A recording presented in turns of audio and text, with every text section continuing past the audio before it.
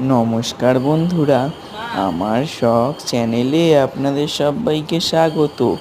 বন্ধুরা, আগের ভিডিওতে আপনারা দেখেছিলেন আমাদের এত বড় ড্রাগন গাছে মাত্র একখানা কড়ি হয়েছে। এই নিয়ে আমরা অনেক দুঃখ প্রকাশ করেছিলাম ঠিকই, কিন্তু দেখুন বন্ধুরা, এখন দেখুন কত কড়ি হয়েছে ড্রাগন গাছে।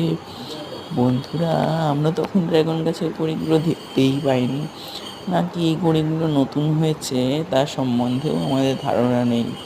শুধু এইটুকু জানি যে এত কড়ি হয় আমাদের খুবই খুশি হয়েছি।